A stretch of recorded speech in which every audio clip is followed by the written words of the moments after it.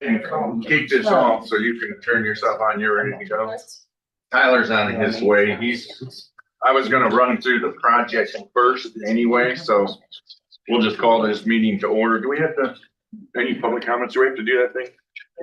Okay, good. So we're gonna move right into the irregular agenda. I'm gonna give an update on the projects. And we can do any dialogue as we go through this. We've sort of taken the 7 projects that we are gonna be doing in the next 6 months and have tweaked them and worked with the financing group to make sure that we can fund them. We had David Patrick take a look at every one of these through mostly Project Creep. The numbers have gone up and therefore we have adjusted all the OPCs for that. Sort of want to present them to you. If there's any issues with any of our changes as we go through, this is the time for us to decide if you want us to adjust them. If not, we're going to take this to the full board. So the actual projects, y'all, that we have that are going to be in the next 6 months actively our projects is the completion of the Outer Loop North. There's been a large change order that has all of the items that we have seen in that project. And so David had put together a single change order so that we got that number. The Old Howard, as you know, we bought that land and under design 60% to go up on it. The rail is for East Penn. We've had that in our financing plan for years and it is 25. They're gonna need that. And there's also some changes on it from say, the 3rd Street facility. David had tweaked it. We took the plans that Temple ISD had MRV do, and he's married those together. So we had some slight changes on it. The Briars Creek Detention Pond and Veterans Memorial are sort of a combined project, but we've separated the detention pond off of it because it cannot be attached to the grant funding. So we're going to go through those, starting with again, Outer Loop. If you've been up there, it's going really good.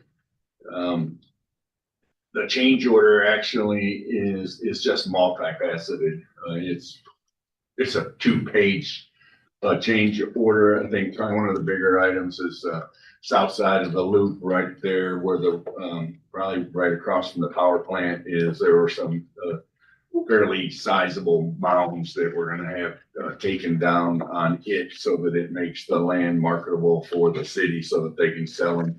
It makes more sense to get that all taken down now than later. And so again, we had remaining 1,335,911 in our contingency, but the change order is in the 2,970,000 range. And so huge project, and again, a large item. David, I don't know what you had on. It was such a large number of small items. The rail, I'm trying to get through my brain here, but a big part of it was what we had to do around the rail, lights underneath the bridge. They approved the plans and came back, the NSF said, yeah, we want lights under there. So, getting the power there, getting the lights up underneath there is one of them. What they are requiring us to do as far as having a guy sit out there and watch the tracks during the whole thing, it was a change order. So a bunch of little items like that, doing that dirt work, and a change to making sure that we can handle all the traffic, because we really believe that at some particular point we'll be shutting down Brewster, so we can shut the rail down so that we can have Old Howard operate as the main feed to the north.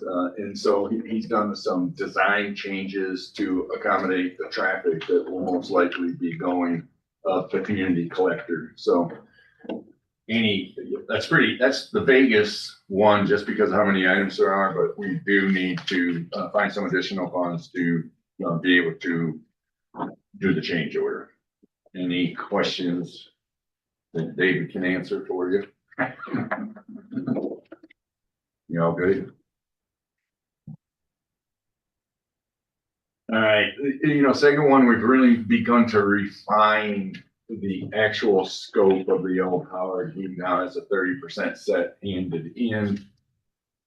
or this is actually the exact layout now. In the past, I had a large yellow line and we hadn't really defined the scope. And David, now having moved yourself into the 30% set, you know, you can see we got a nice divided section as we come off of the outer loop.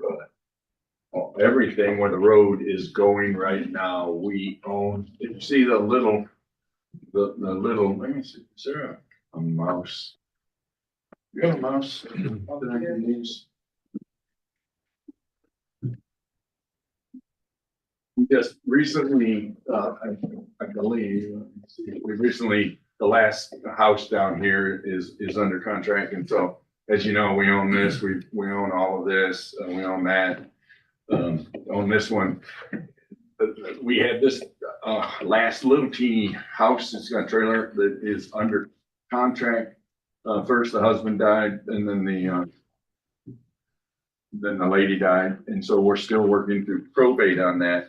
We will not need this cul-de-sac. We will actually just barricade this part off, take this road out, and at this intersection we have here, we'll just have an intersection that comes over to make sure that we accommodate her, but really almost everything north of that we have under contract. So Old Howard is actually getting really close to moving to a complete set of plans.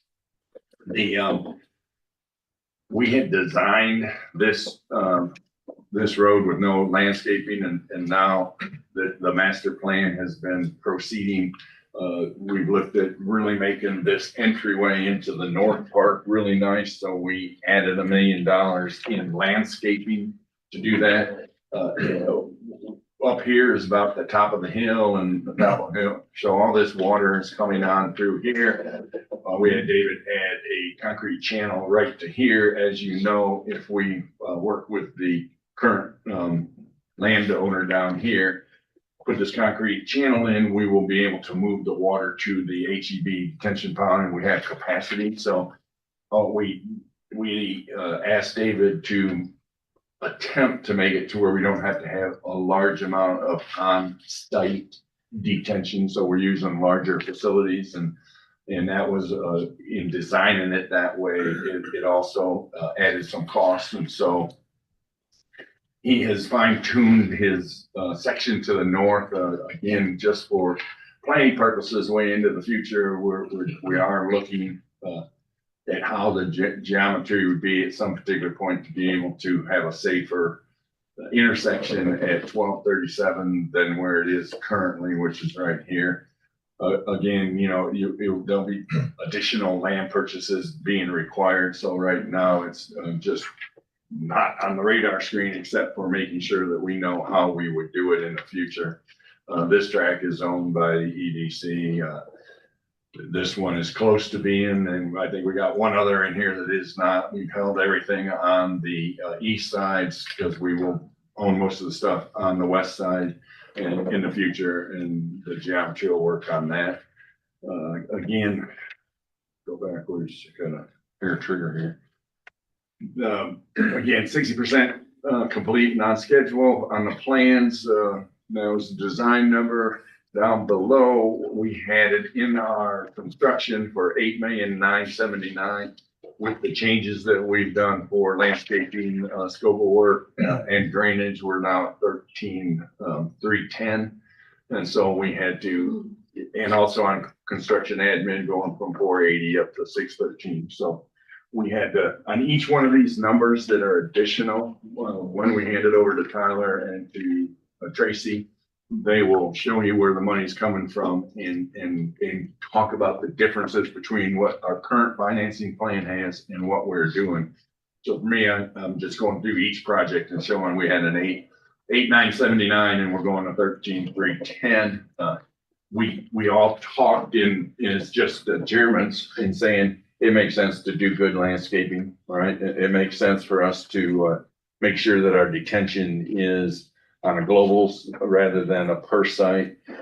We like the change in the layout and in the size, in a little bit of length. And so with those three changes is where our major dollar had come from. So any thoughts, questions on Old Howard?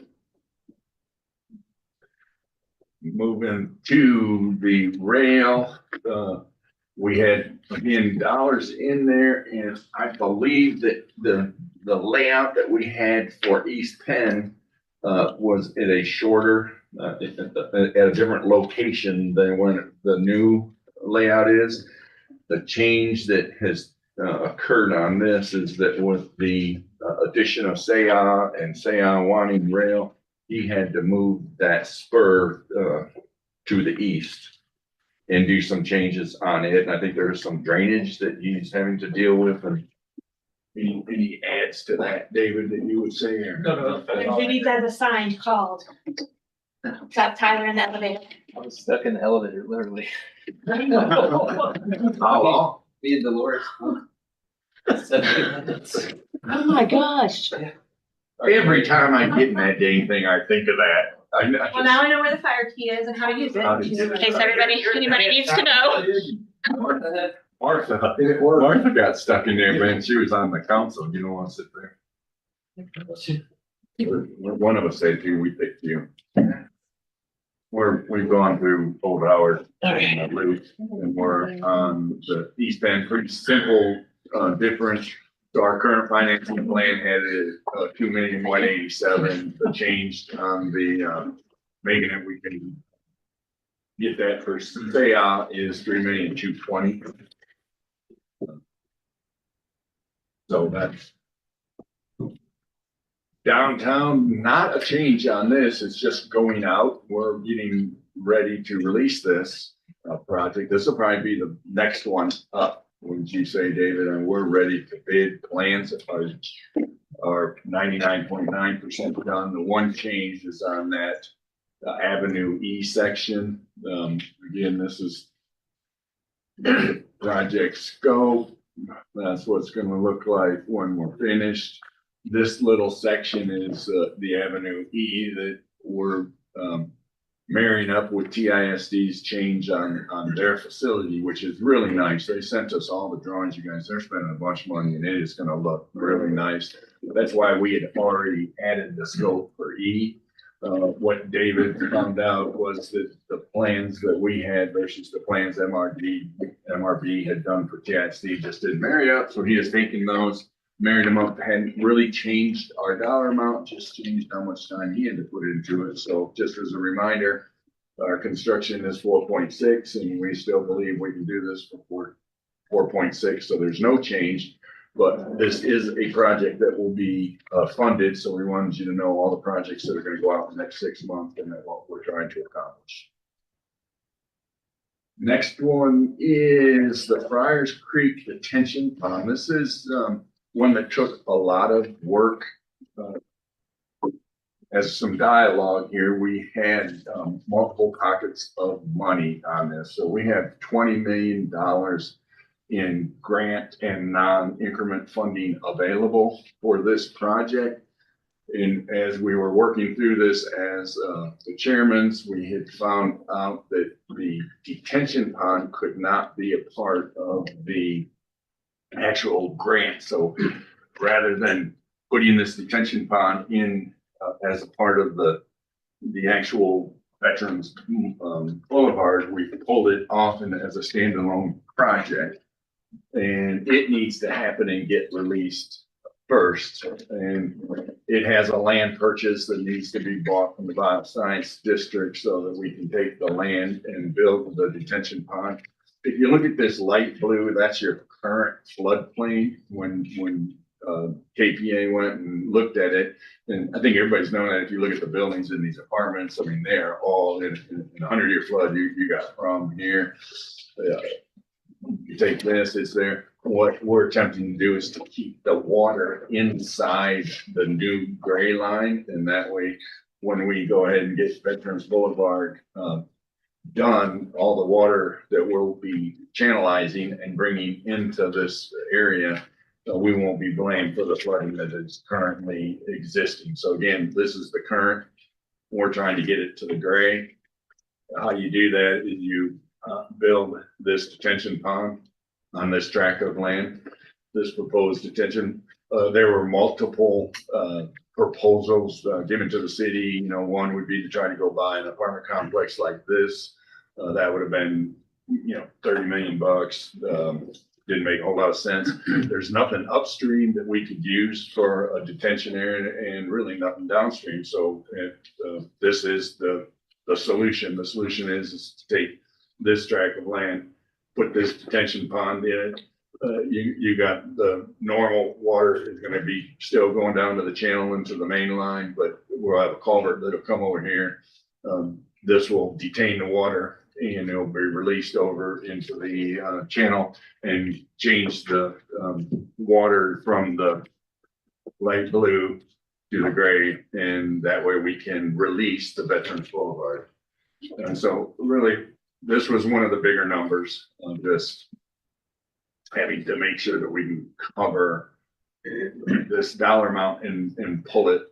Really the right of way is a big deal, buying that land. Some additional costs. And so this will be a standalone project that we really need to get out the door as quickly as possible so that we can move on to the actual Veterans Boulevard. As you can see, we're attempting to, at some particular point, get as close to O as we can. In the first phase, the first grant money, which has to be contracted by 9 of 25. And so David's got a gun to his head to make sure we don't lose our grant funding to handle this first section to you. And that's what's real important because this sets up the whole project, and the whole project has all the water that is going to come. And as you know, go down that channel, go and feed into the detention pond. So we get the detention pond done, released first with our funds, and then you move into the grant funding and do the first grant, which will be from the existing location of Veterans Boulevard to you. And then we've got grant funding for the second phase, which will take us from you to R, in as far past R as we can get that our dollars are. So when you look at the funding for it, you've got that DC apartment to you and again, we got $9 million of grant and non-increment funding. This is the first section, which is a TxDOT grant, and we'll be using getting that done first. Then we'll move into the second one. As you can see, the second one is costing 8.6, but we have 10 million to do it. So the additional dollars that are available down here, we will go as far from R to O as we can. 2 grants and grant funding, 20 million. All of this is going to be about 13,342,000, and a little bit of the leftover dollars are being used in detention in some other areas. Was there anything wrong on that? You're looking at me like that. You said, No. you said 13, it's like. I said 19. Yeah, I think that's what we heard. Sorry. So sorry. So those are lots of words. I could go slower. The footprint of the avenue is gonna basically absorb that right of way that looks like the VA is already backed up their fence line to, essentially, Yeah. right? The right of way is not the easement where they're allowing us to use. They could not sell us that property. Right. But what they did allow us to do was to use it as an easement so that we could go all the way, all of the stuff we have is an easement over there. So yes, but it's not right of way, it's Not easement. Correct. And that took an act of Congress, however many years ago. We've been working on this since, seems like I had kids in 2008. elementary. Oh, At when? least. I think we got the easement in 2008. Yeah, that's one of the things that we really have felt, and we want you all to weigh in on, is it's time to get this done. This has been a project, like again, 2005, probably when we actually began working on this. So this is pretty much a 20-year-old project that every time we ran into various hurdles, which was mostly dollars, we stole the money and moved on, because we never had enough. With Bryn being able to secure these 2 separate grants, we're backfilling those grants, to making sure that, the biggest backfill is pushing all of our money in to get that damn detention pond. Darn detention pond. And just as a reminder, the 15 of the 20 million in grant and non-RZ funding is restricted for veterans, so I think that we all think it's an important project anyways, but even if you said there's something more important, 15 of that can be allocated to something different. And I saw Jason earlier and I see he might be listening in. So I did just want to give a shout out to him because you said Bryn got it, but Jason really did, especially with the 10 million that we just got this past year. He really did the heavy lifting, and we're really appreciative of his work on it because I think obviously that's letting us get the majority of the project finished out. So thank you for y'all's support on doing the design, and as usual, that helps us be very competitive when we go for grant money. Is that a federal grant or a text dot or just curious of the origin of that? About half of it is from what's called a community funding grant, which is maybe have historically been known as earmarks, but we don't like to call them that anymore. Right, understood. And then 10 million is directly from the state, a category called Category 2 funding. All 15 of the 20 million will be administered through TxDOT. So while some of it is coming from the federal government, it will flow through TxDOT to us. The fun part, if you think about this, when we get it bid for that last section, sort of foggy how far we're gonna go. Because we're not gonna leave any of the grant on the table, so as soon as David gets this project funded, we'll be able to use that per unit bid to determine, okay, here's where you're gonna go, and he'll cut it off at that time.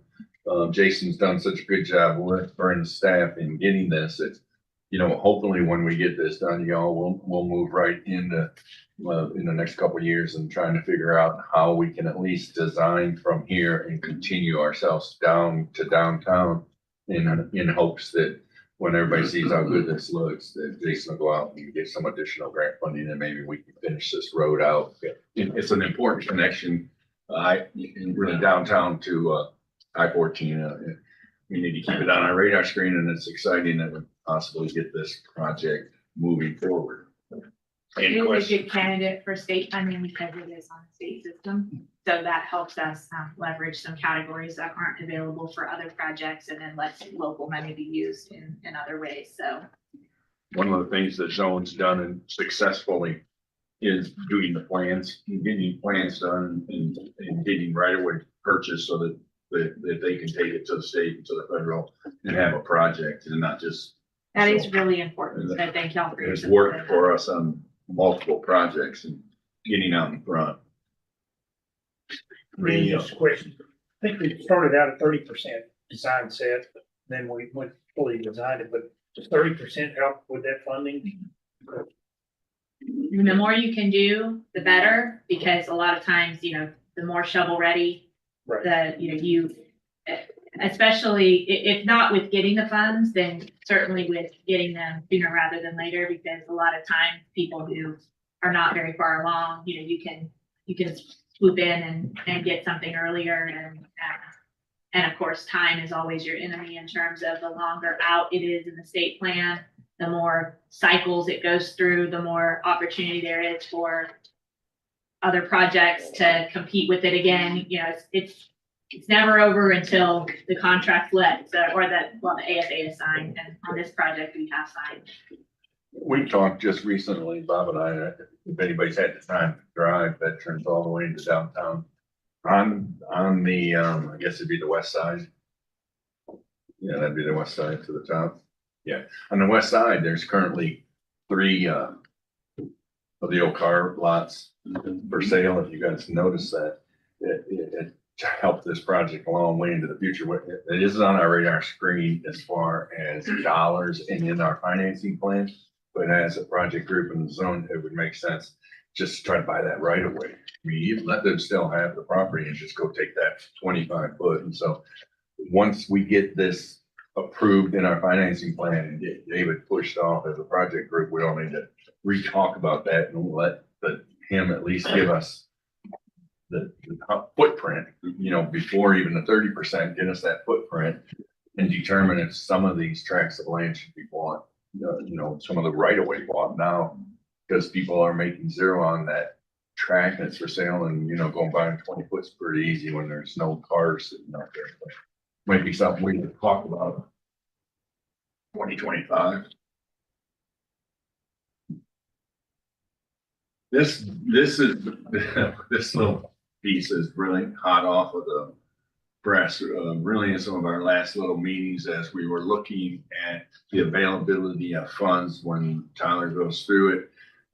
We were wondering if we were gonna be able to move this. David had worked really hard for us in taking a look at, if you guys remember, we talked about this now for 2 years and trying to energize the, water in the south and southeast. We're making a lot of water at the water plant, but unless we can transmit it over into the east, we've done a good job. And we have all our design, to go to the north. We got the elevated storage tank right there next to Niagara. We got all the designs to add an additional pump and some water transmission to the north, northwest, but we have a huge hole in the south and southeast. An interesting commentary. I was talking to Ginger about these lines and trying not to escape myself as far as water use. And, you take 900,000 MGD. It's, a number we throw around for a lot of the industry that we have. That equates to 1,250 homes when you use DCQs and numbers.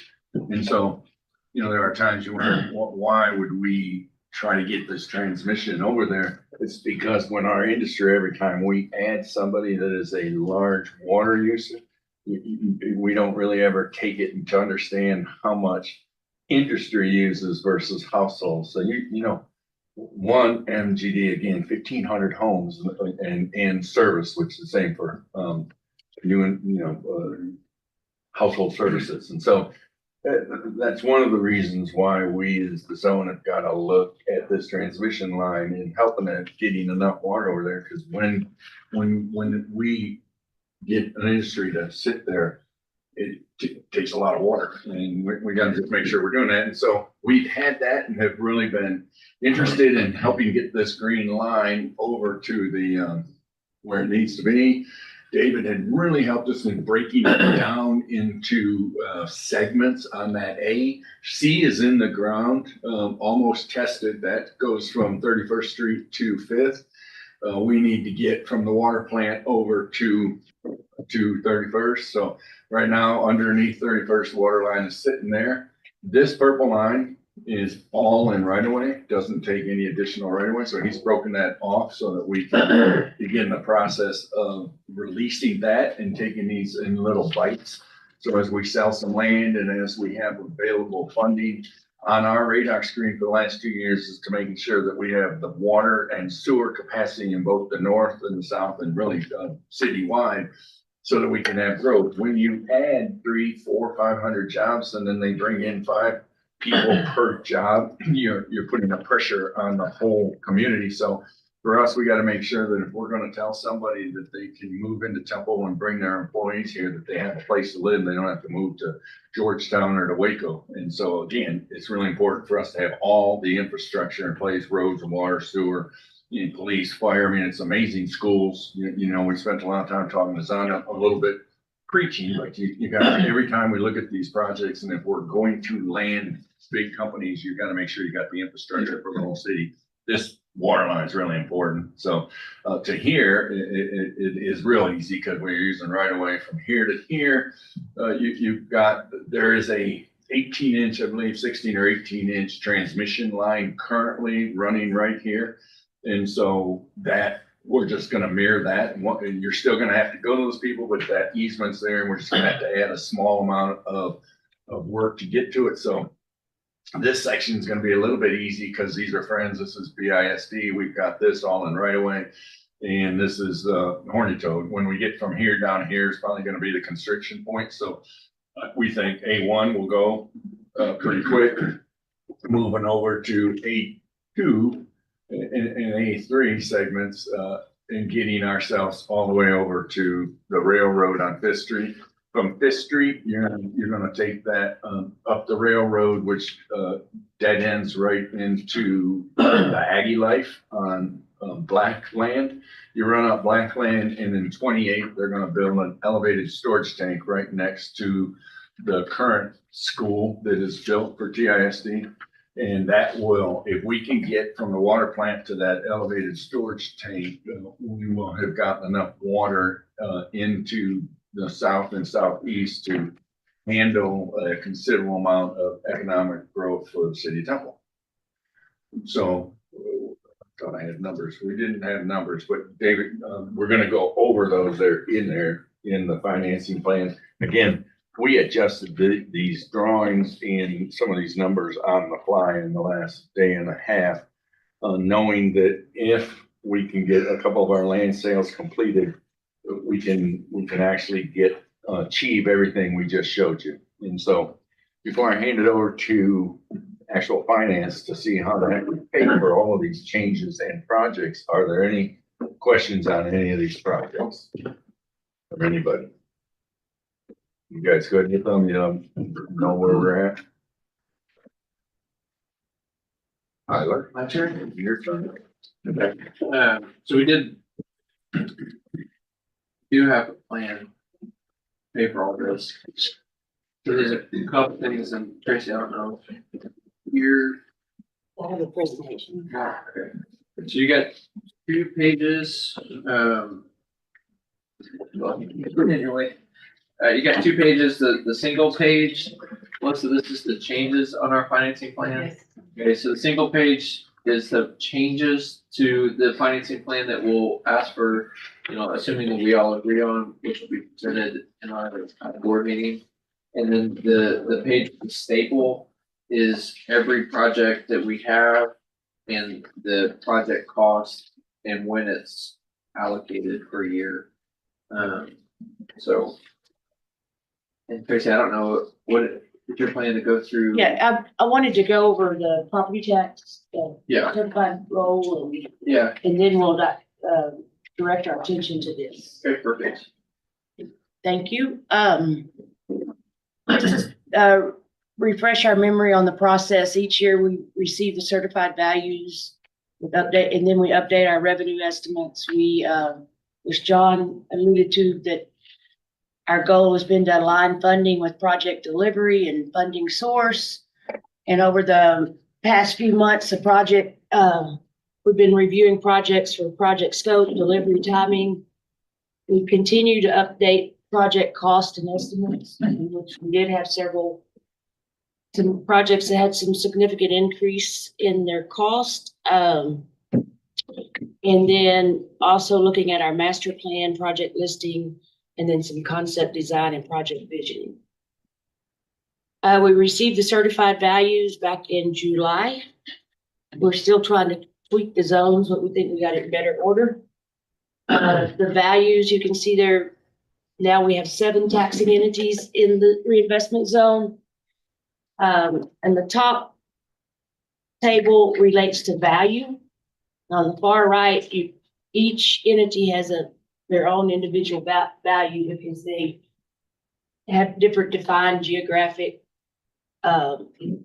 taxing districts, and also not all of them participate in tax abatements, etc. So you can see the percent increases on each taxing entity. And then at the bottom is the actual levy or the increment. And compared to the previous year, the total increment increased 6.7 million. But we did have some of that programmed in our financing plan, and I'll go over it in a few minutes. Just looking again at the kind of the pie of the increment revenue. Temple ISD is about 52%, City of Temple 23%, Bell County 12%, Temple College is a little over 7%, Troy ISD a little over 3%, and Belton ISD is slightly over 1%.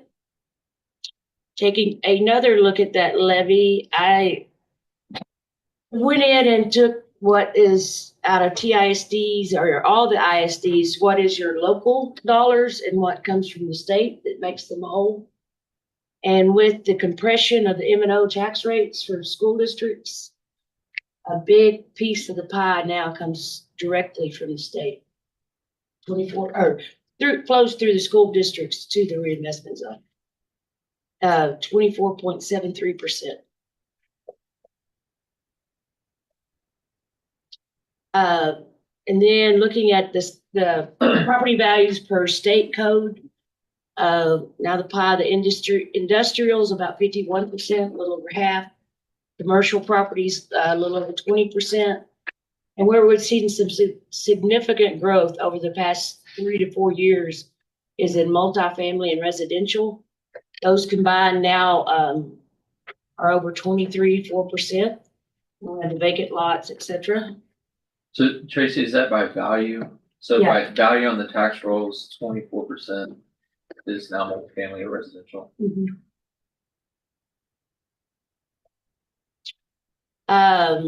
Values per state code, again, looking historically, normally go left to right. But if you see over here on the far right, this is for City of Temple's values. And just look at industrial has increased to nearly 700 million from, more than doubled. Or not quite doubled. Has it? Can't do the math real quick.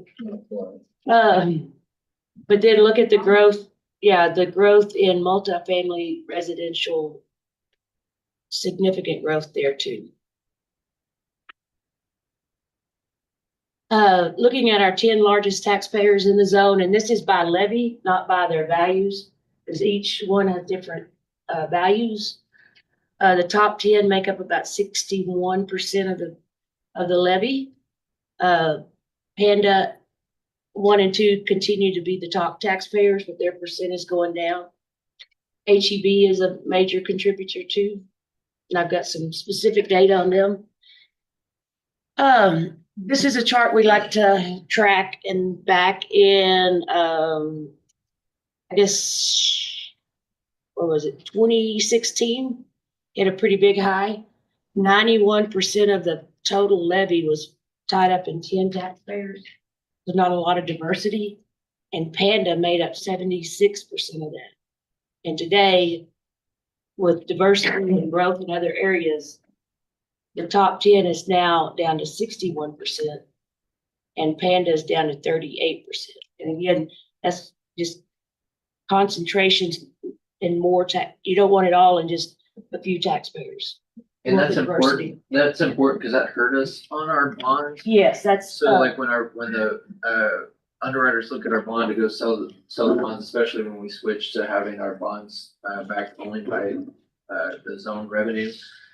One of the things that they complained about and we got penalized in the form of a higher interest rate was that our concentration of our top 10 and specifically to Pando, and Panda's hasn't exactly been like a shining star. They've had like some bankruptcies and stuff. But the concentration was a negative. So going to this should help us should we go to another bond. Melissa and I had to do a lot of stress tests for the underwriters and Bankers are such a. Yeah. So, as it relates to Panda. Yeah, going this way, now we go that way. And Steve, this is your chart. I got it. Thank you. This looks at Panda's assessed value. That's a taxable value. Some of it's cut off. Yeah,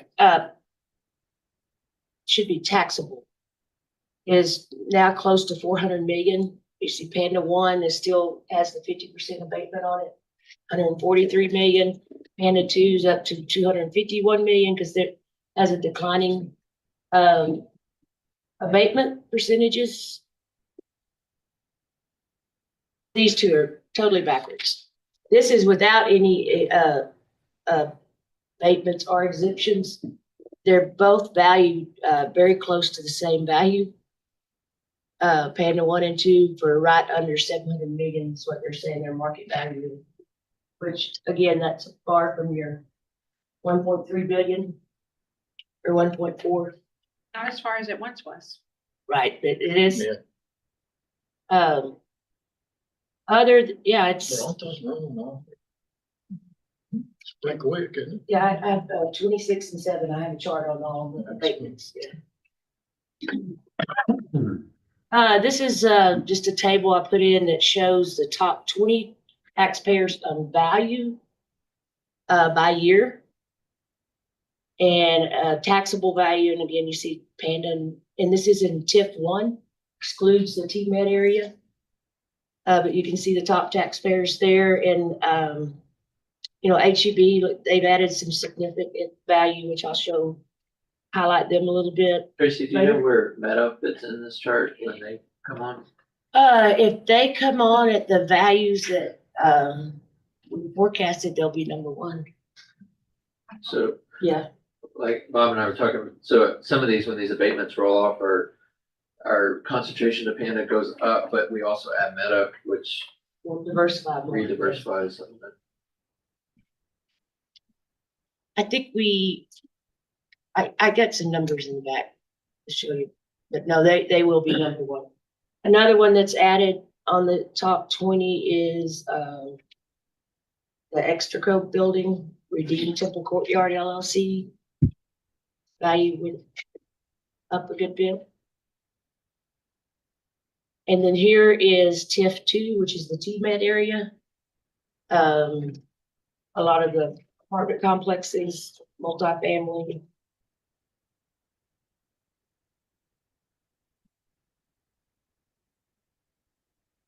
Shows you how many apartments.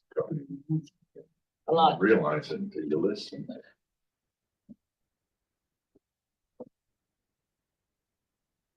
I'm looking at outstanding bonds for the reinvestment zone.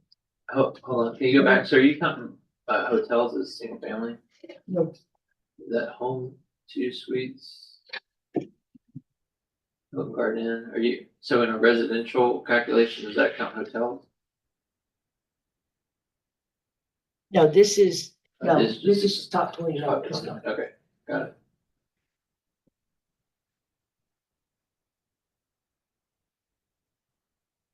Outstanding bonds, and this is as of the end of the year, beginning of 2020, FY 2025. We have total principal outstanding of 168.8 million. Interest payable on those through the life of the bonds is 83.2 million.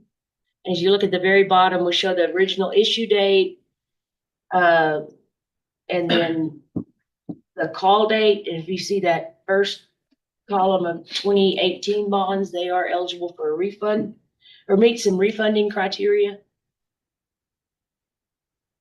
And here, the ones in the blue, the navy blue highlights at the top, those are actual TERS revenue bonds supported by the pledge of the TERS, not a tax pledge from the city. And that one first 2018 TERS revenue bond is eligible for a refunding. And I think they've got it programmed right now because of the call date. As of delivery date of May 5th, it would be a net present value savings of 5.2%. And it would be an average, which it says on over here, a little over 100,000 annual, a little over 100,000 a year in savings from debt service. Yeah, but we're not voting to do that. It's just what could happen if we chose to exercise that call option. Right. Yeah. And we, usually the rule of thumb, councils that it exceeds 3%. And this one's at 5.2%. It makes sense. What's wrong way? And this is just from our TERS our last revenue issue that we did. A factor that could lead to an upgrade in the rating is, and at that time, Panda 2 had just filed bankruptcy And foreclosure. or in They foreclosed. filed bankruptcy to prevent foreclosure. Right. And as Tyler mentioned, the tax-based diversification is a big positive. Increased debt service coverage levels, which more revenue to cover less debt, one or both.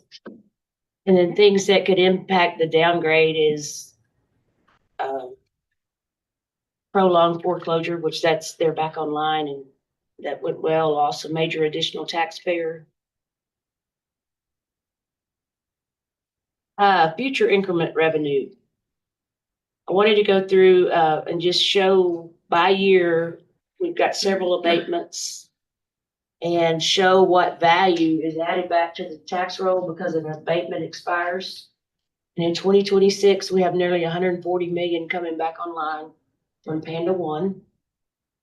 2027, we have a little over 42 million, and that includes Panda 2, Niagara they're starting to phase off in year 6 through 10 is a declining. So that comes back on.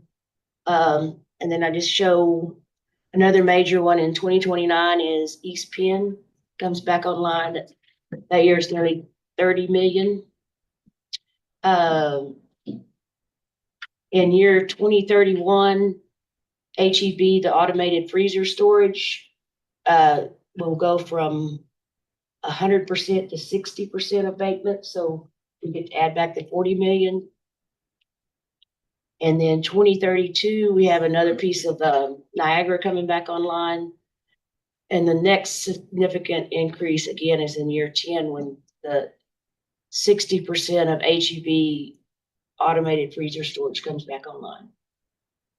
So just with expiring abatements through it's over $364 million, and that does not include anything related to Meta, because we show their revenues at net. We haven't showed them as an expiring abatement. We just show the net revenue. I think it's important for, us to, a lot of us are in EDC that like, it shows you that sometimes timing help, like getting deals done, the abatements roll off and then it's almost like every time one of these abatements roll off, it's like doing a new deal for $27 million of taxable revenue that you get tack on to whatever you're doing then. So it just sneaks up on you. I appreciate Tracy putting this graph together. Tracy, how difficult would it be to add the tax rate that would, or the tax that would be produced off that at today's current tax rates? It's simple. I'll add that. And Tracy and Melissa have done a good job, I understand it, of when we project out our available funding. So like when we get into this, it incorporates all of these abatements burning off so that we're working with what the real dollars are in that projected year. But also isn't it kind of conservative because it doesn't include any kind of. No growth. Yeah. No growth factor, no appreciation in any of these buildings. Yeah. So if any of these buildings were to increase in value, we're just taking that flat line. Yep. If we know of a major expansion or EDA coming, we do project that out, but this is our main thing that we're adding back to the rolls.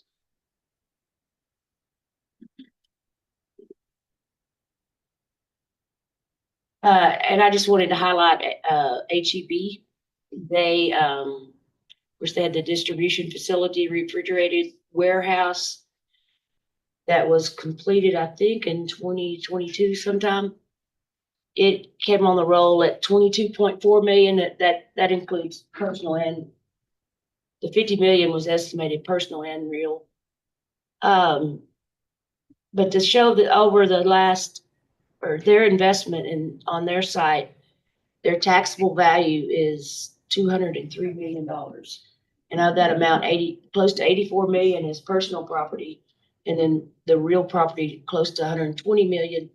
And the bottom one, the deep freeze project, that was not completed until it will come on fully in FY 2026. It only had 61 million not complete in FY 25. Yeah, and I think everybody knows this hopefully, but the zone only gets the benefit of the real property tax. So all of the increment that comes is based on the real property values and the tax amount, but personal property tax is really important for, the city and the colleges and the counties, and because they get all of that, none of that is passed through to the zone. So, those taxing entities benefit when there's personal like that.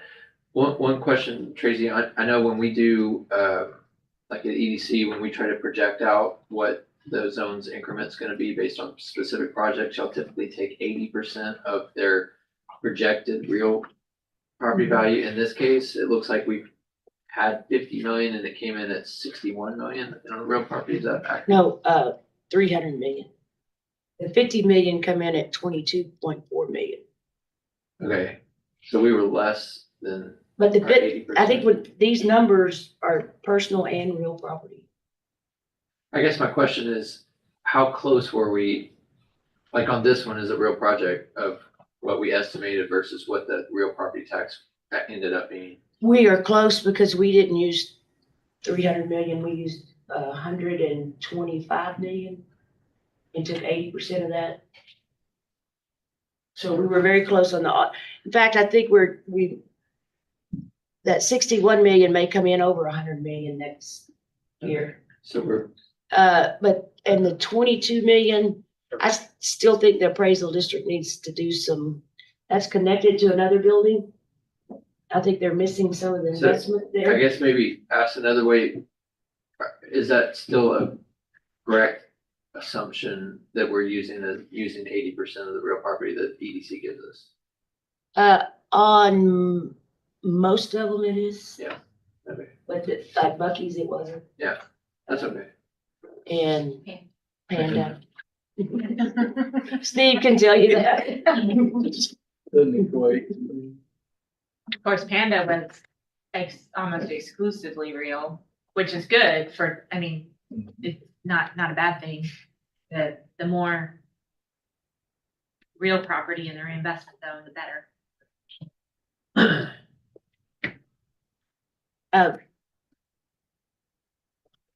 We have a new position in finance coming online in 2025 that council approved, and it is a system analyst, financial system analyst. And we're gonna try to help the appraisal district as much as we can, in getting information to them on investments in the community and sorting through it.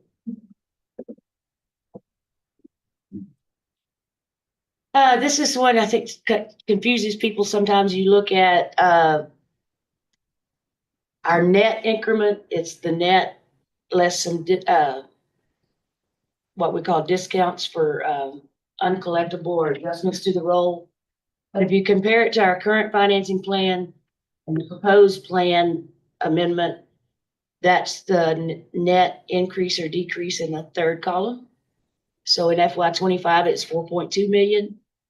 But if you look at our increase compared to the previous year, our 6.1 million increase from looking from year to year, but compared to the financing plan, it was 4.2 million. So we built some of that growth in, but we missed 4 million of it. That's some conservatism. I think a lot of that too was related to some multi-family, single family concentration of developments in the reinvestment zone too. And the proposed financing plan and project plan amendment that's to be considered on November 6th. We have this big sheet here. Does anyone have any questions related to what we Well, just I went over? think that last slide we'll get into it on this first line. So just. I noticed this when I walked in, and Melissa and I can tell you the difference. 25 is good. But we decided to round on 2026. And there's like there's a very small difference between the 4,020 to the 4,017 that's on the sheet. 4 million, I mean. Yeah, that's fine. Yeah, ignore that. Yeah, but I think, Allowance. Yeah, in the allowance. I think that just for our benefit though, because it took me a minute to understand what these numbers meant.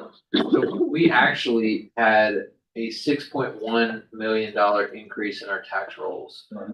Okay, but line one, the increase in increment is 4.2 million. And that represents the increase that's over and above what we previously projected. Right. So like all these numbers still tie, but that's why we're putting 4.2 as opposed to 6.1, because we already programmed in some of it. It would be bad if, that column ends up negative.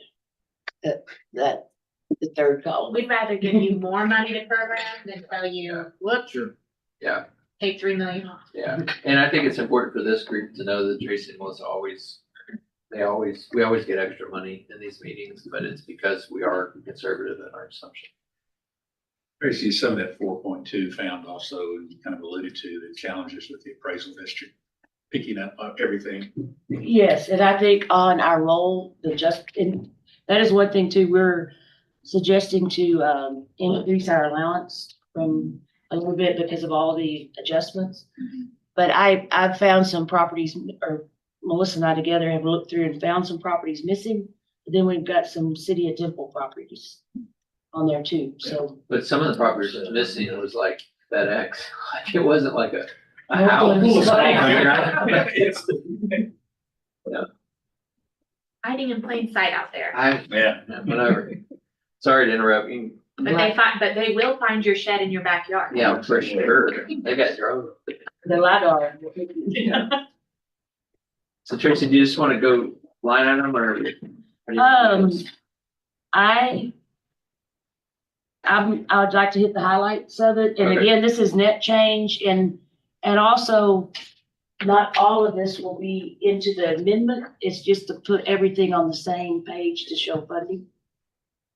Correct. For instance, the 5 million on line 9. That's already in the plan. It's in 24, but we're just getting it all aligned in 25 to show the funding. And so also for everybody's benefit, even though we're still in 24 from a zone perspective, we are in 2025 because that year starts in October, right? So, We are in 25. This is October 30th. no, I know, but I'm just saying the calendar, we're still in 24. I So it gotcha. can get confusing on why we're, Yes, understood. Okay, line 1 is the increase in the increment that we've shown there. Net of the adjustments to the allowance.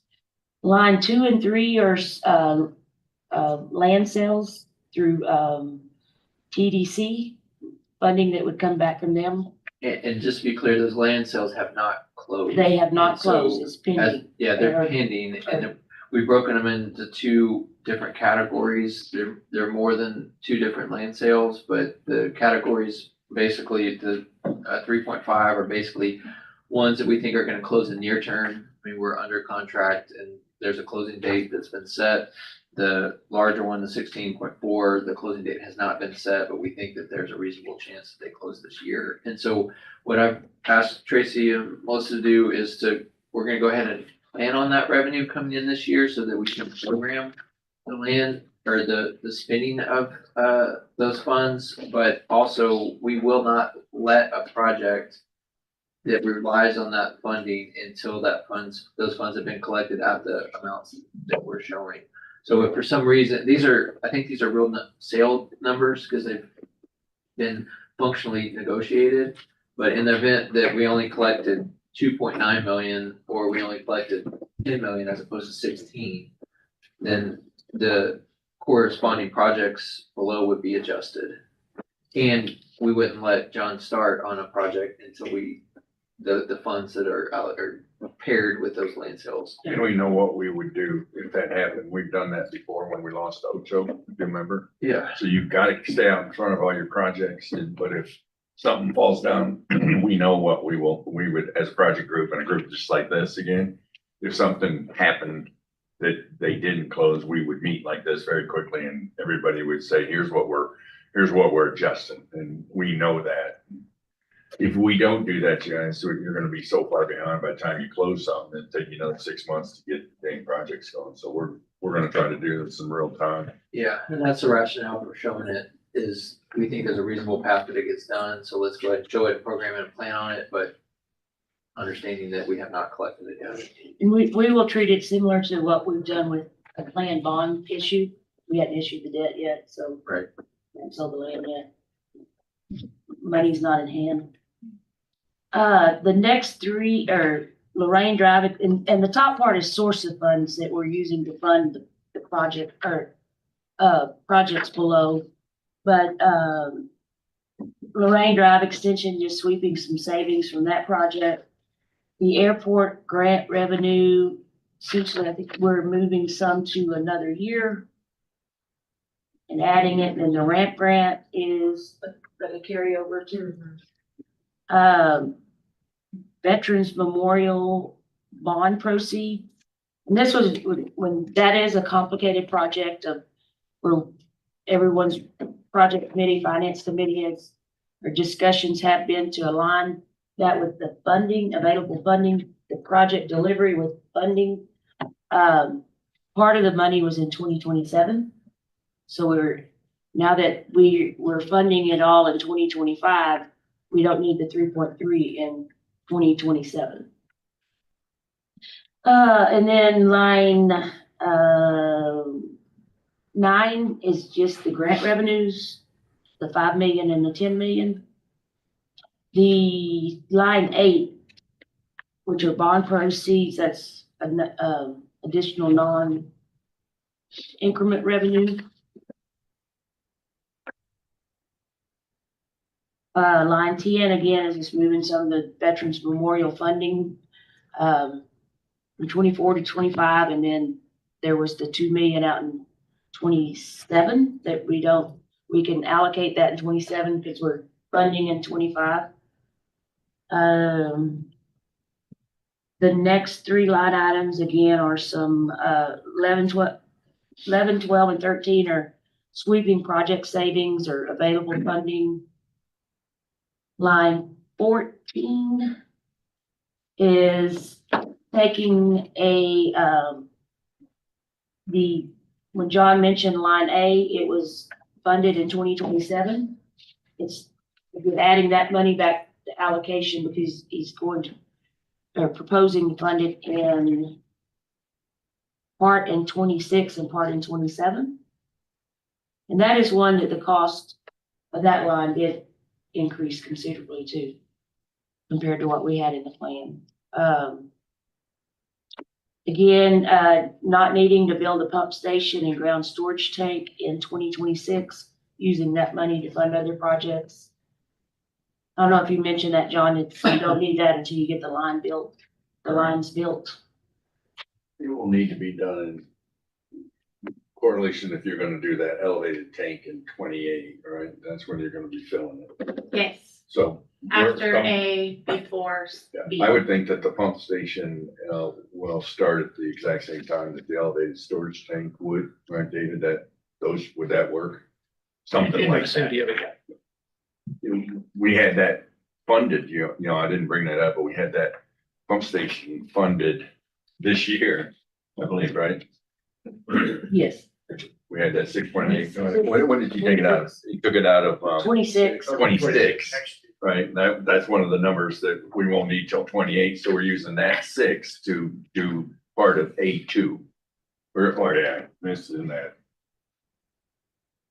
A segment, but we moved that, we didn't need to go there. My tongue ain't working today. The next line item is public improvements. We have some money in public improvements in 24, they'll roll to 25. But we're using that in 25.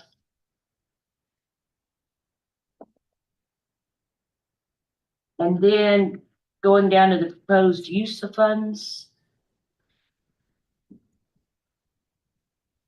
In 2024, some money needed for a grant match, some additional right-of-way dollars for the pump station and ground storage tank, South Temple. And then lines 21. 21 through 32 all relate to Veterans Memorial and just breaking it down way between, construction right away, bidding, and construction admin.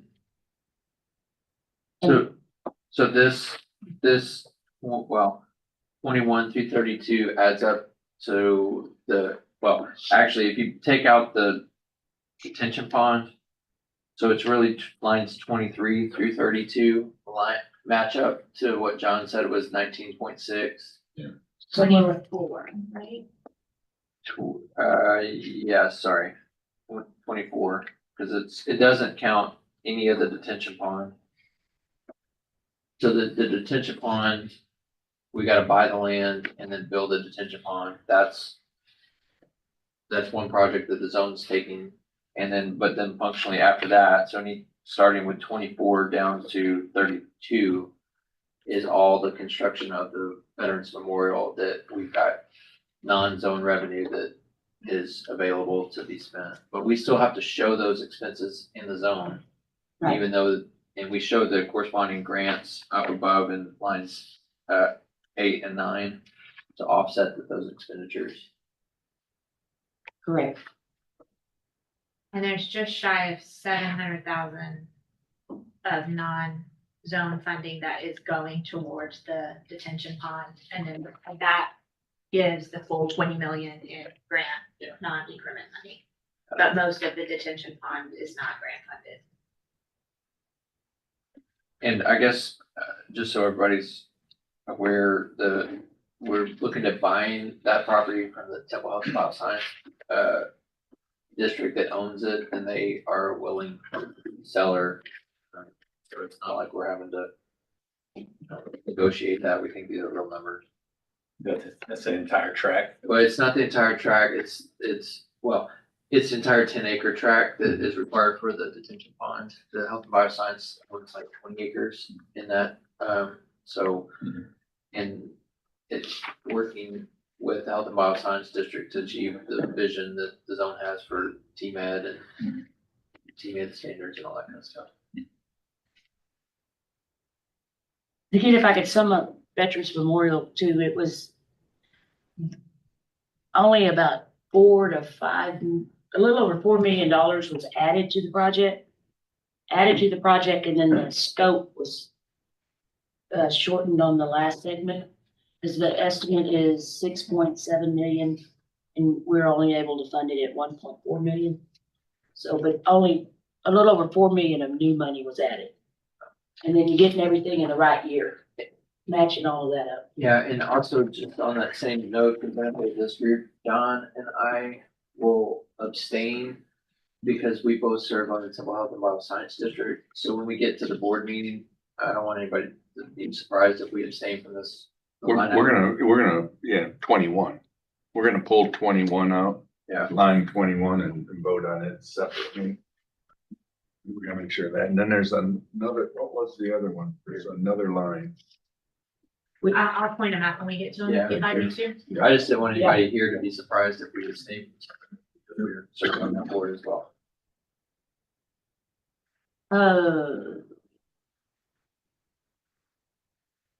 The additional monies added to Old Howard drainage and utility improvements, the 5.5 million. And then, we had some money in our contingency for the outer loop. That will be one that's voted on separately for voting purposes. And we're at, yeah. And we're adding $2 million to fund the $2.9 million change order and include about 300,000 of additional contingency. The other one that we've actually already done, that will be pulled out for separate voting is line 3. Top on the sources of funds.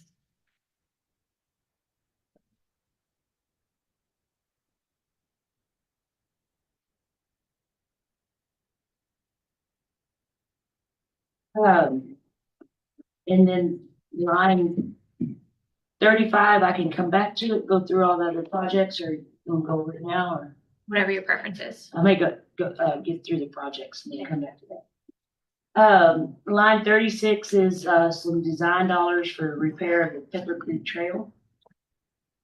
And then some construction dollars to fund that repairs, or those repairs. Line 38 is what, the additional for the rail, Sat 64 of 1.3 million. Line 40 is the downtown city center future change order. Yeah, we skipped 39 to just. We did, yes. Northwest Little Elm wastewater upsizing, total project cost of 3.4 million. That is the wastewater line that serves Niagara, East Penn in that area. You want to slide on that or no? Yeah. Or just go through it like this when we go through it on the board meeting? Either way. I mean, I guess, have y'all talked about it all? The short version of the project is the line isn't big enough to service the water flow that's out there with the. Wastewater. Let me just say that, but I could put a slide up and just show everybody. I think maybe a slide. Sure, helps so we full throat so everybody understands it. You're picking up part of that. and- Yeah, it's just partial funding request for the full project, but it is to allow Site 64 to be fully served with both the existing clients and their needs as well as the new clients that are under construction and, you know. I think And then the it's vacant worth, land that's it's still- worthwhile. I don't think those little park improvements, you know, those are just things that we. That's a totally new line, item, a totally new project, right? It Hadn't came been up, on the list That before. hasn't been, that is, I think it's worth, I didn't, until we got to there, I didn't Yeah. remember, we should talk about it. it came up with Niagara. He's got a good drawing, I can do a pretty good, and we're only picking up a small portion of that. Right. And I think that's, I mean, a real small portion, so it's a really good deal for the zone, and we will have some capacity over there for Site 64 with this, which we don't have right now, so. it's very And for important Astra. us. And for Astra, yeah. So it is time sensitive. And that would be one, another reason maybe to have it is because we'll actually have the design contract on the agenda for Oh, good. approval as well. You put agenda item for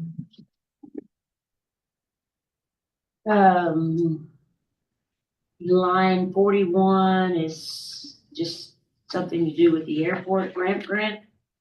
Some additional dollars there, $11,111. Line 42 is that HEB, the $22 million value, the $50 million refrigerator storage. Gets a rebate under an old 380 agreement, and it ends in 2031. But it's not a tax abatement, but it's a rebate, and they're rebated. It won't be for 10 years. I think there's only 7 years remaining on that rebate. And it includes the taxes for Temple College, Bell County, and the city of Temple. The real property portion. I guess. Uh-huh. And I guess we're showing, some of these things we're showing as revenue and associated expense as opposed to just netting it out at the revenue. Again, trying to be fully transparent of where this money's going. So we actually have to write a check for this. And the Yeah. other ones, we get less money from it, Right. in taxes or increment. Then lines 44 through 51 is related to the A1, the water line is serving East Synergy Park, and the ground storage, funding those, moving the funding around from year to year. And again, the OPC on the line A1 did go up a good bit. Line 52 is for land acquisition, 7.7 million. And I guess we have a mechanism that we've previously used with EDC to facilitate, if you remember, the zone did a $10.5 million well, I don't know what to call it, but Allocation. allocation to EDC that was successful in allowing the land committee to identify property and move on it quickly. And so functionally, what this 7.7 million is coming off of some of the land sales that we're projecting at the top. If they happen, just reinvesting some of those proceeds back. And I think there's been a lot of discussion within the EDC and then this board in terms of, it's great to go buy land, but if we can't do the improvements to the infrastructure needed to make that land useful, then, you know, you don't want to end up just with a whole, you know, a whole bunch of land that you can't actually functionally serve. And so we're trying to be good stewards of some of these land sales, of making sure that we can take the adequate infrastructure to those projects, but at the same time, not forget about continuing to make purchases so we can do what we need to be ready for the next deal. You know, on that 50 and 51, that's that pump station. And that's where it fits to make it work right now, but I think we got a lot of time between now and 2029 to, you know, hopefully good things happen, because in real terms, you know, they're funding an elevated storage tank in 28. We're hopefully having the water line from point A to that tank by 28, so that you don't have a tank in the air with no line to it. You're gonna have to have a pump station, so we still got some tweaking, but as we get into 27, you know, 26, 27, 28, we're gonna really take a look at trying to complete that loop, just so you know. But they're plugging in here, and that way we know what the numbers are. I think we've always tried to also just have projects that are on the shelf that, to the extent that we like, I mean, this year we ended up with $4.2 million worth of additional increment that we weren't already, you know, programming in. So, I mean, there, on some level, it's prudent for us to have shovel ready or shelf ready projects that if there's a land sale or if there's another pocket of money that we weren't expecting, then we can program that as quickly.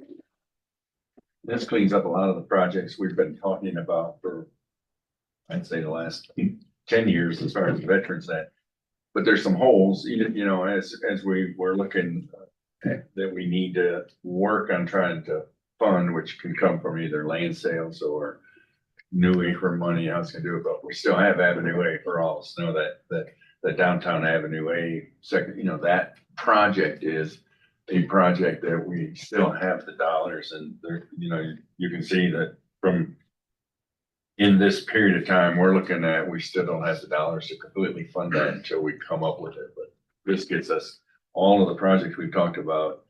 If the land sales happen, we can get these projects out the door, and as we're meeting early next year and looking at what additional projects or additional dollars can be brought in, the one project that we've all talked about and that is still on our radar screen is the Avenue A. Other than, We designing too, yeah, there really isn't, you know, and you look at that, we will then be starting to look at the master plan that by the, you know, mid 25, end 25, we'll have all of those projects, which, you know, we'll be looking at how do you fund those, what's the dollar amounts, and there's finance has already begun talking about various ways to relook at this as we get into 25, 26 and finding the dollars for those additional projects. That these really attacks everything that we've had on our radar screen so we can get them done if everything works out.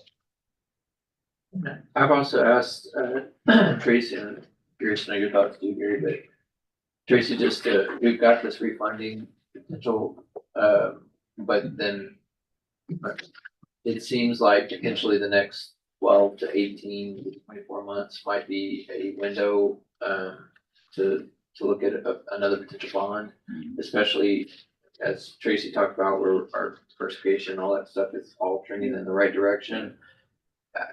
I mean, it's hard to predict what interest rates are going to do, but it feels like there may be a window in the next 12 to 18 months that a bond issuance may make sense over and above our refunding. And if we do that, that opens up some additional funding for, you know, projects you're talking about. And then it also may come on the heels of the 2040 master plan that we're doing and identifying. Look up there and see it, it's simply $750 million to $1 billion worth of projects identified. If you look at, on this big one that's stapled together.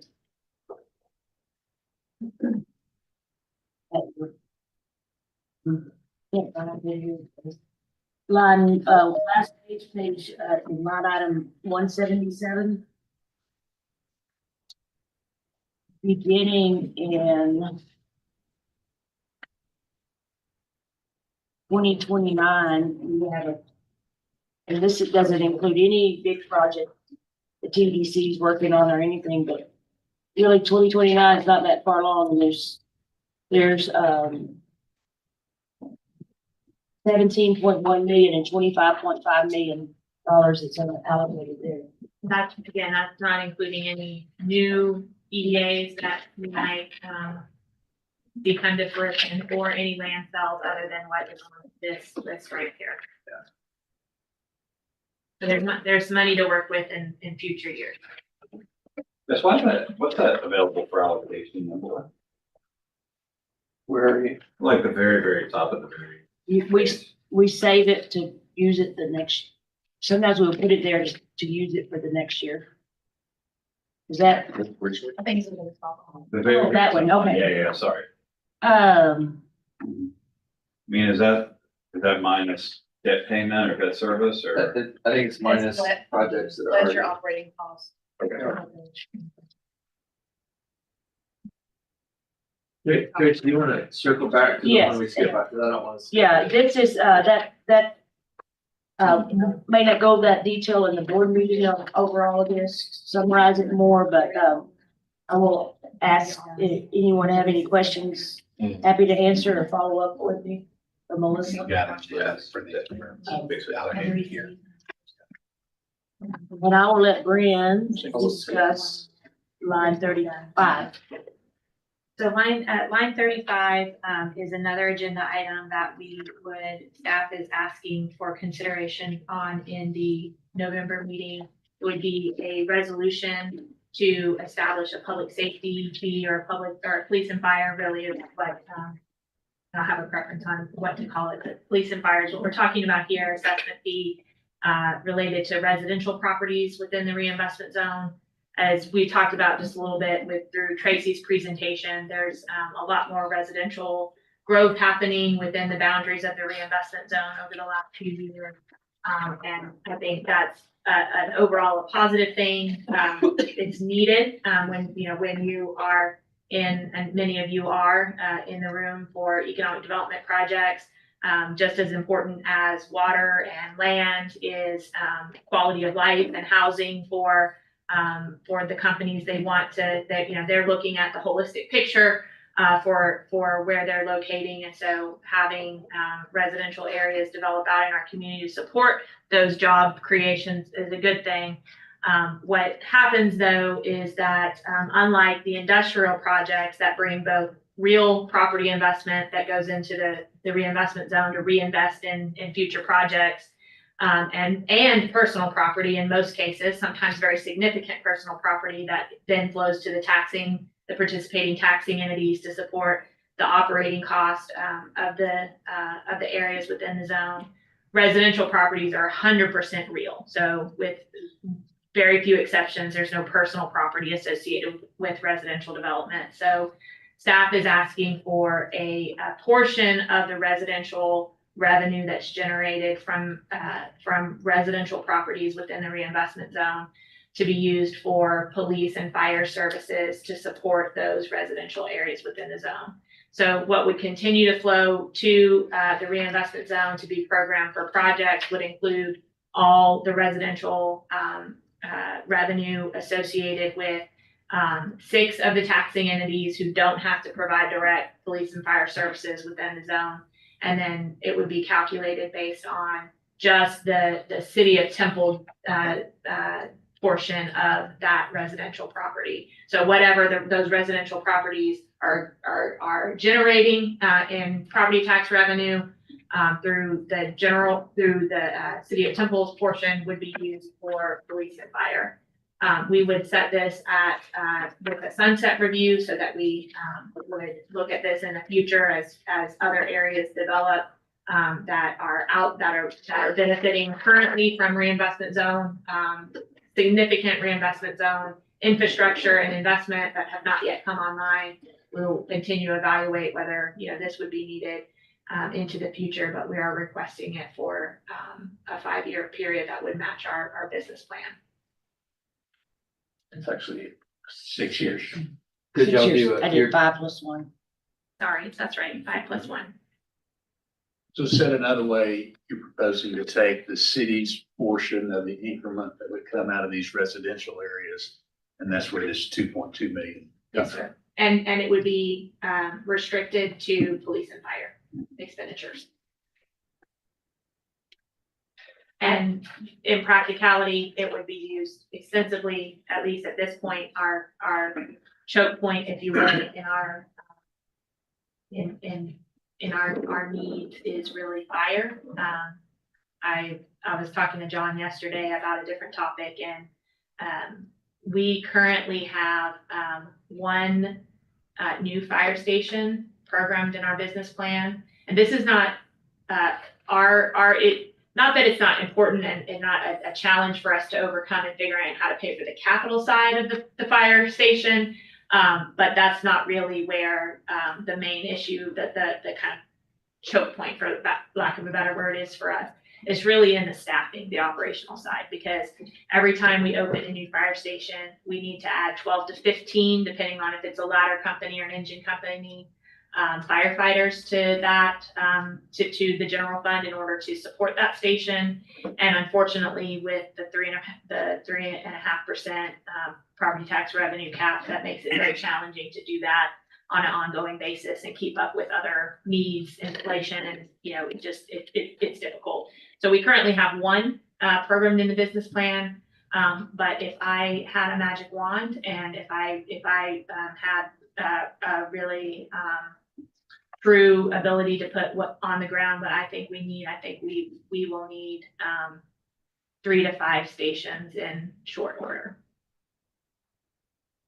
The current station is planned is on the outer loop south of Adams.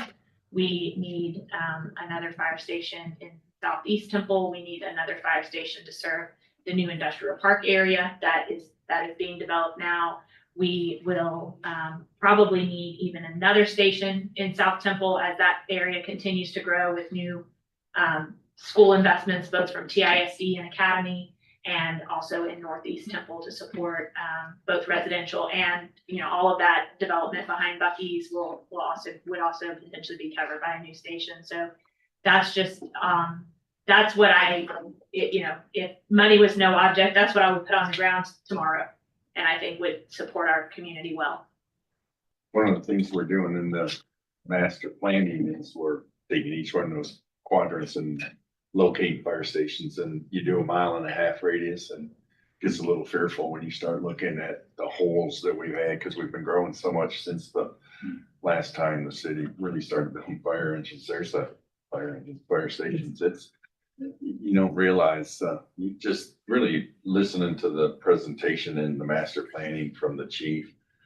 If you think about the number of apartments that have been built in the south, those are all 3 stories. We don't think about that in our community. We haven't had a lot of 3-story apartments. We've had 2-story, but you take the number of apartments just in that area that have been built and making sure you get a ladder truck into those. I mean, he's really had a really great presentation. I think you were there, weren't you? But I mean, a really good presentation, and a little bit Basically behind. said we had generic fire trucks. Yeah. He said, to service what we have now, we can't have generic fire trucks that have special issues. It was a really good It presentation. really was. But I do think, it's important for this group to understand, that is aberration of what we typically do. This is the first time we've had that line item. And so, I appreciate, as we kind of discussed it, we do have a potential sunset. So this isn't,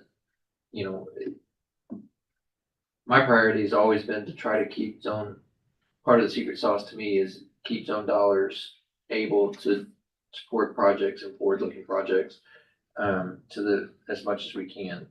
The flip side of that is, we're growing, we are doing such a good job that we're growing so fast that the city can't, because of their tax rate Cap. and cap, they can't keep up with some of the growth. And so I think this is, it's all the city's money, but it's good partnership of being able to say, okay, let's try to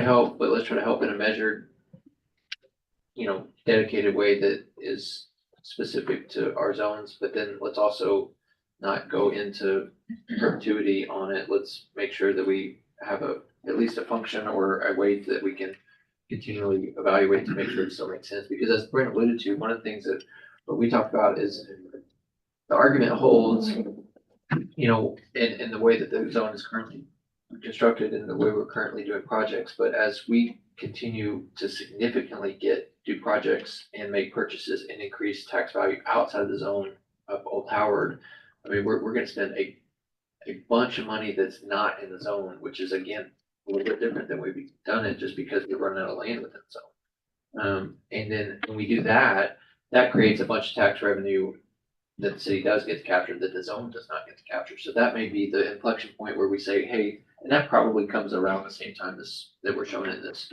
budget, that we say, okay, hey, now we are creating revenue. Now, my guess is the city's not gonna give us more money. I don't think that's gonna go both ways.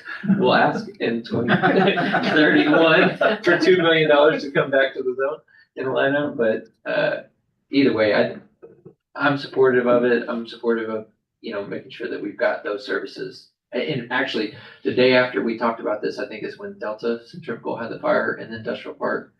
And it's like, man, if we don't have the ability to service those, then we're not gonna get any new projects either. If they're Anyone who's listened to me say anything, I hope you've heard that I think it's important that we remember that we're all here to work for the good of the community as a whole.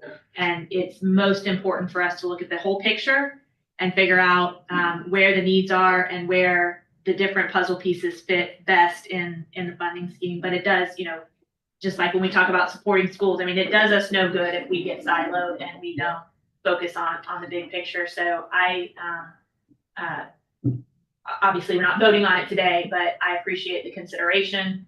I think that it will benefit, while it's not a direct expenditure of the zone in terms of the police and fire services being budgeted there, I think it will benefit the zone and help us continue to be successful in attracting businesses, because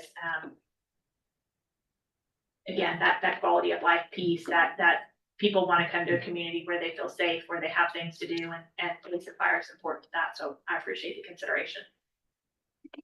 To be clear, going back to your other comments, but this 2.2 is for the operational shortfall you're saying you have, or some of that going toward the CapEx piece? It's operational. And I'd like to point out too, on that line item, I did not forecast that it's flat for the 6 years, but I didn't forecast any growth. It'll be the actual numbers.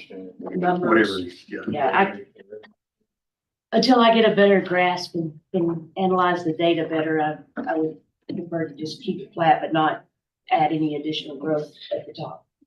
And if there is a growth, it'll show up in this financing plan, correct?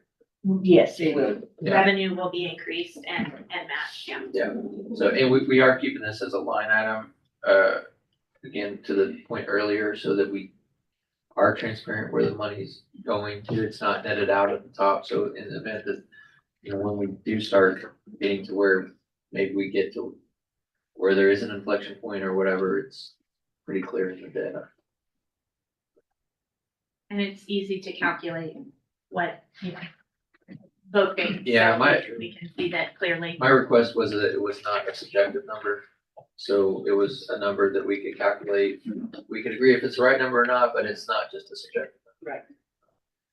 And in that vein, it's, Gary, you said to cover operational shortfall. It actually does, that wouldn't pay for 5 stations, five staffing. So it's not to suggest that would be the only way that we would be able to, but it would certainly help the situation. So again, appreciate the consideration.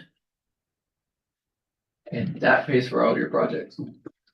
one of the things that we like to do when I give a presentation on the full board, I'd like to say we met in the finance group and the project group, or, you know, we don't take a vote, but if there's any, I'd like to be able to say we've met and we're all good with this. So I don't want to say that if everybody nods their head, says you can say that.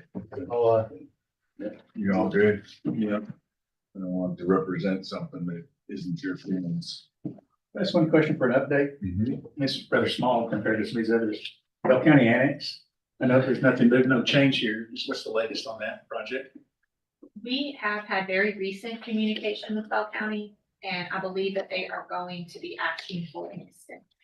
Okay. We have not actually had the meeting yet to know what level of extension they're requesting, whether, essentially anything over 9 months would change the financing plan. Anything under that would not. So, Judge Blackburn has asked for a meeting.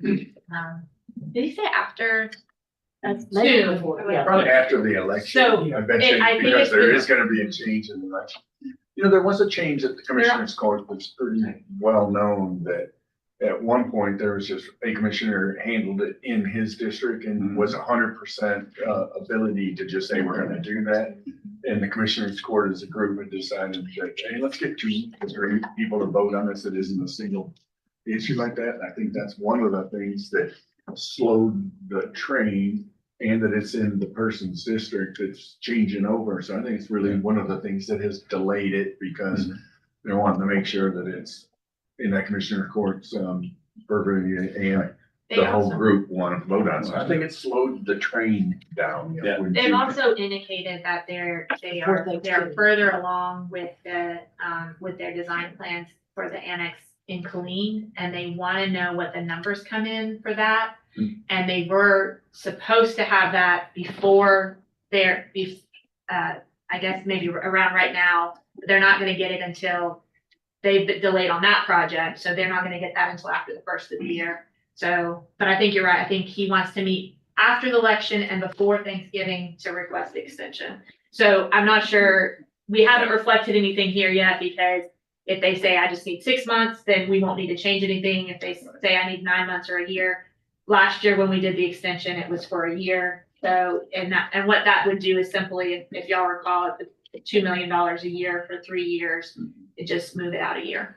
Once we get that extent, when it's moved out in 3 years, let's just say, when can we take control and begin as a project to determine what we're gonna do there? Is it at the end of that cycle, or is it the front? I mean, They have, if we get the first payment, send, you know, whenever it happens, we give them $2 million. Do we take control at that particular point, or do we gotta wait? no, they have to commit, so based on the current dates right now, not considering any extension that might be negotiated, they have to commence construction by the end of next year.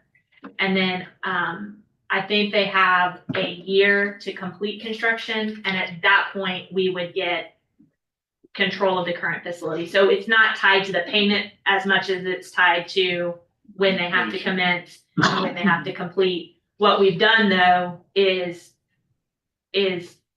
our payment is tied to when we're not gonna start paying until they start. So that's why the payment Are you moves. using that building? Are we using it right When now? it all, when Oh. this all goes down, everything's done, is it your, today, just nothing, you know, just for our financing plan, I mean, our master plan, you know, should we keep that, we're gonna keep that as a project, dude? My You gonna use that recommendation, building? my recommendation is that it's possible that we could have some use for it. That the current building, not rebuilding on, it would only be temporary in nature, if anything. I think we should consider what's the highest and best use for that Tract of land? tract of land, and not get too attached to trying to save or repurpose that building in specific. I think we would throw good money after bad at some point. Yeah, cause it would take considerable amount of money to, use it as a park like we have, which would really be nice for that area, still having that park, to do that, to flip it. If you think about the parking lot in the back, you got 6 stairs going up to the top, so you'd have to wall that off, similar to like the a community clinic and how you got that wall at the community clinic, so you get parking at a handicap level. That takes a little bit of money, so if you're using the current, you'd raise the parking lot. It's We'd in have a to really decide. good location in terms of it's across the street from the parking garage. It just, to me, highest and best use is not city offices or police department. I mean, police have needs, but to accommodate them, we would be spending, I think, almost just as much money as if we built somewhere, configured it differently and used that property for something that is more. It's almost a Impactful. 50-year-old building. It is. Because that's one of those projects that's gonna be stuck on the wall for us is that, you also don't need a whole bunch of vacant land. That the whole thing, highest best use is, at least you have a use now. If we turn it into a park, which is a good use, but if you just, lots of vacant land doesn't make downtown look good. So we gotta make sure that we don't end up being land rich or land poor, as my bankers call me. I do, and maybe at the appropriate time, Bob, we could talk about that in the. master plan. I do have. You want something on it. No, you do. You want, so we gotta talk about that. That's just. Gary, I In think I that read in the number. paper yesterday or the day before where the county had reserved funding from the COVID money that the federal government gave them for that annexing claim. And they said something like they had allocated so much for the new jail and that sort of thing, and they had reserved funding for that clean annex and something else, but. They had a battle locally, on that site to track that, it was an internal battle for the commissioners in the city as a redevelopment project downtown versus other spots, and so it really delayed. That was the delay. These are long-term investments for them and locations and where they have it and what they look like, they're spending the time to. I got a question from that facility. There one I got a hard stop, I gotta believe.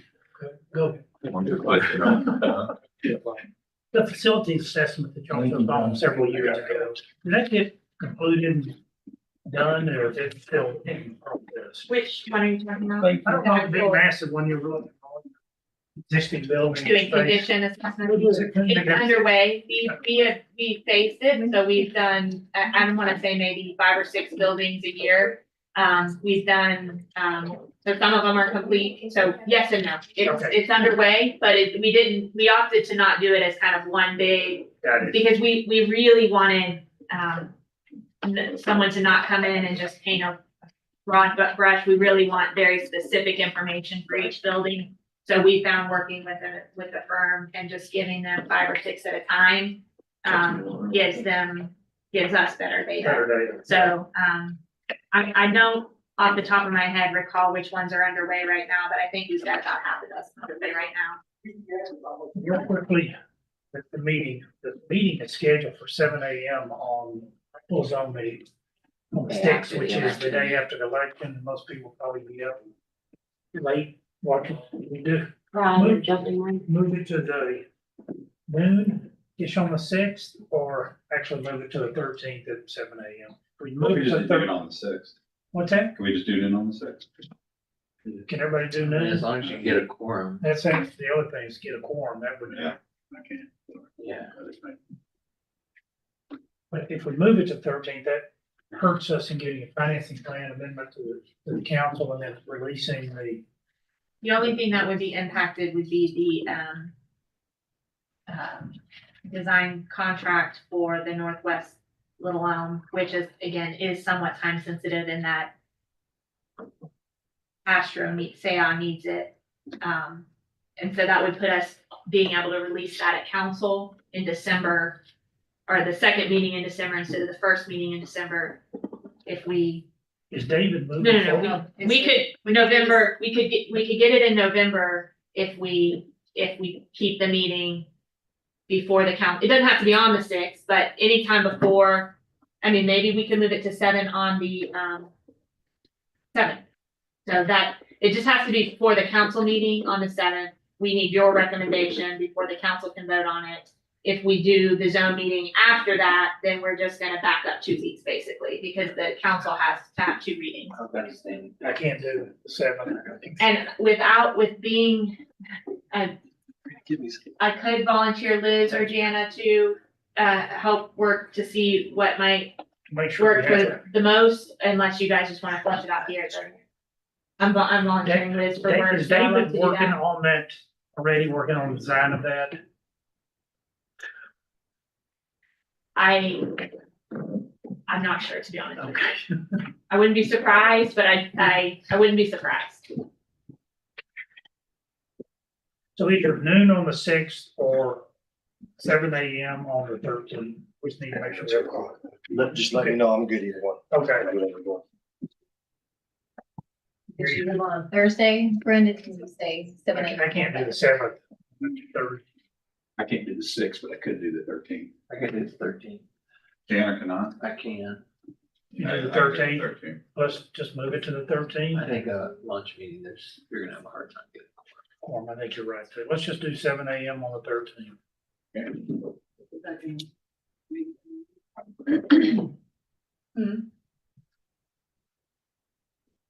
Then everything's Yeah, that just delays us. What about on election day? At 7. I can do that. Or on Thursday the 7th. Bob said he couldn't do that. I can do the 5th. Maybe the, I can do the 5th. You can do that. Or you can do the 4th. 7 a.m. Monday, you're gonna Friday. have a bunch of You people know, a that don't bunch of show up. people that aren't gonna show up. It's called football weekend. Is that noon? It didn't have to be at 7 or noon either. You could pick any time.